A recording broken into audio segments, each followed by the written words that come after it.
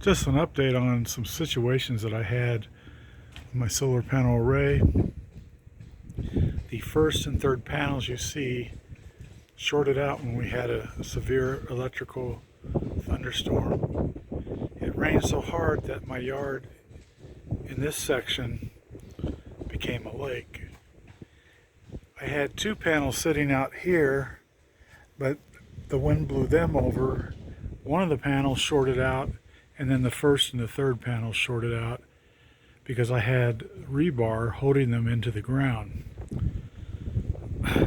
But now I've gone to the great extent of insulating the panels from the ground because I think the lightning came through the ground up to the panels to short them out.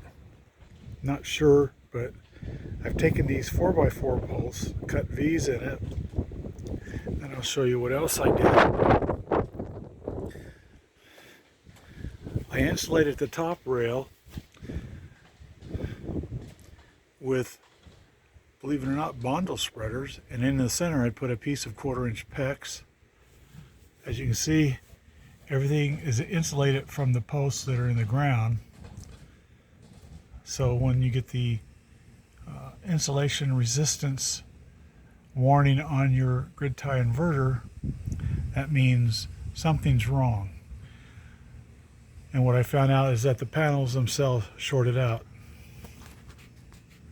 So only two of them were bad and one that fell over that I had hooked up before.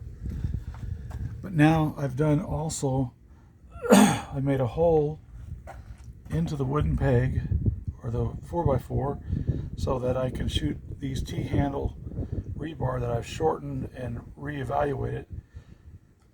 I need to be able to pull them out in a hurry if there's another lightning storm that comes along. And all of them are done that way. So now I'm totally insulated from ground lightning, but a direct hit I'm not insulated from. So the three panels that won't work with the grid tie inverter will work off grid. So what I've done, I've built a rolling rack that I can pull the panels up onto the patio and chain them to the posts in lieu of a big storm. So I can put two panels here and go off grid and then roll them away. The third panel I swapped out for the one that was out here and put it out here, and then I made another V groove in the 4x4, and then I drilled holes and hammered welding rod into the ground so they won't flip over.